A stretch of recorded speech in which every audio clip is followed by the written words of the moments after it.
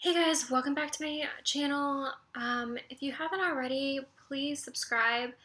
Also, um, like my videos, share my videos. I've helped so many people just in my little Facebook friend group, so if this can get out more and help more people, I would love that. Um, so in my last video, I ended a crying mess, but I ended with the day that he gave me my black eye. So I want to kind of go from there and explain the rest of the situation. So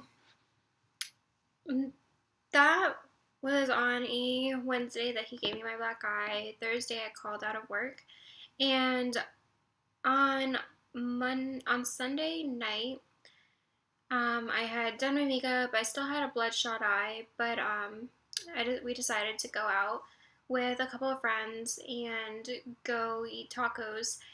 And on our way over there, I kind of realized that I can't stay in this relationship because he got the same tone with me and he started getting real nasty towards me about how I don't listen to him. And he had just seen what he had done to me previously, so I realized that it wasn't going to get any better. Um, we went with our friends, we had a good time. Later this week on Tuesday, he would go to therapy. On Thursday, I would go to my therapy session. We had the same therapist and we would do joint therapy as well. So Tuesday, he went to his. Thursday, I went to mine. I She could tell that I was hiding something, and when I finally broke down and told her that he had given me a black eye, he had been abusive for quite some time now, she told me if I did not leave that he would kill me. She's a expert in domestic violence and has been for the past 30 years. So when this came from her, I really believed her, but it wasn't enough for me to say, no, I'm ready to go home. But what she told me next kind of appealed to my my battered brain. She told me that she would not continue seeing him if I still lived there. So she knew that I was putting him first, and by saying this, it was okay, well, I have to leave because he can't get the help he needs if I stick around.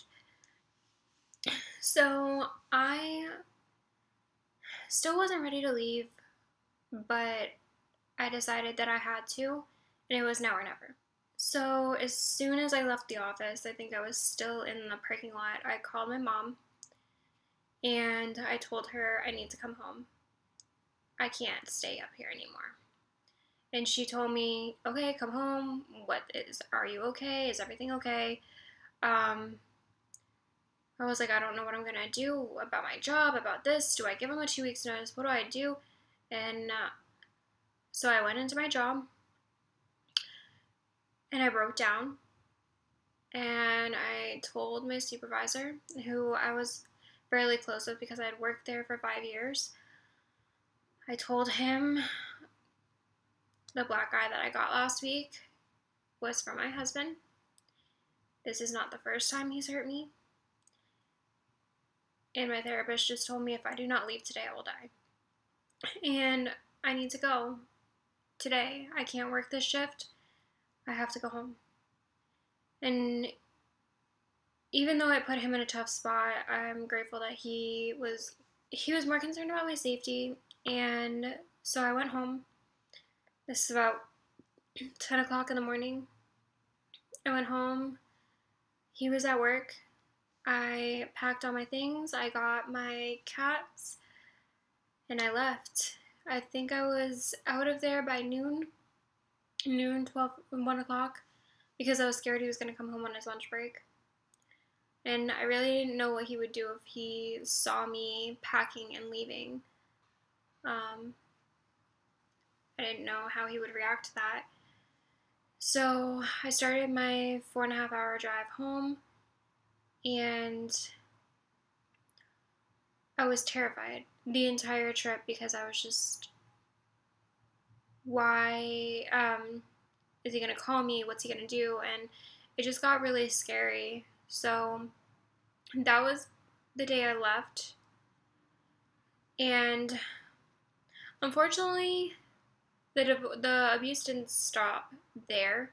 It continued for a couple more months. No longer physically, but there was more emotional abuse. There was actually some sexual abuse after, and I'll get into that in my next video. But this was me leaving, and this was the biggest step that I could have made by putting 4 hours of separation between us. That was by far the biggest step that I made, and that step alone not only changed my life, but it saved my life. And as hard as it was, I am so grateful that I had the strength to do it, even though I doubted myself the entire time. Okay. So, my next video, I'll talk more about the long distance abuse and him trying to win me back, and me not quite ready to emotionally detach from him, and then my healing process. So, yeah. Alright, I will see you in the next episode.